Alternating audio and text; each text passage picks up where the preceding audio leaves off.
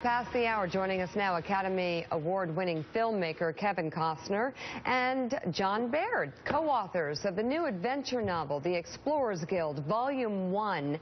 And this is huge. I mean, and it's not what we expect from you, or is it?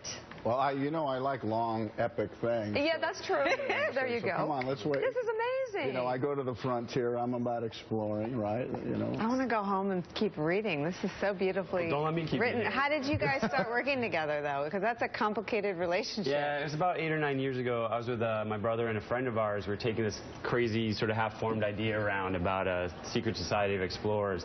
And we presented it as a return to that classic adventure storytelling, and we were lucky enough to be able to put it in front of him. I think as a fan of those same old stories we used to love, he sparked to it pretty quickly. What is the storyline? Give me the storyline. Give me the pitch. The elevator pitch. Yeah, All right, I like you're sitting that. down, so you're ready for this? Do the pitch. Well, it's World War I, and there's a secret society of explorers canvassing the globe looking for a mythical city called Bulla. And we learned that war and really the fate of civilization are tied in with this city and its secrets. So it's critical that it be found, and that it be found by the right people.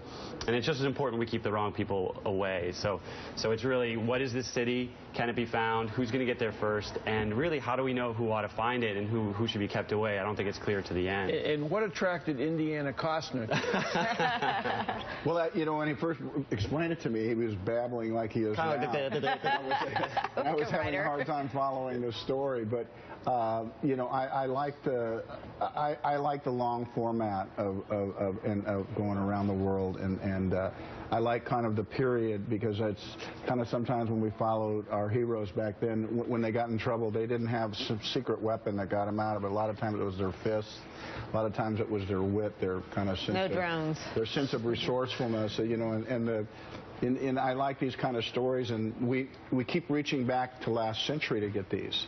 And we're not, who's writing them this century. And oftentimes those guys that wrote those stories were the people that were on the freighters, were in the Yukon, were in the jungles. And now the people who be writing adventure stories, they get their ideas off video games, and it's really not that dangerous. They don't have that kind of hands-on life experience. How often does it strike you, given the business that's been your life, just that fact, the powerful story, the real story, that human beings with a beginning, a middle, and an end, a wow story, have now taken a back seat, it seems, to like these cartoonish, huge, epic movies?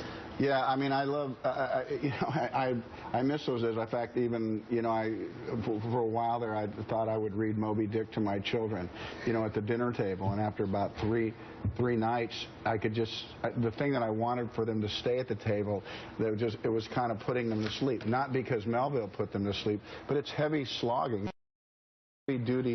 It's heavy-duty reading, but I so yearn for that kind of story and those kind of men.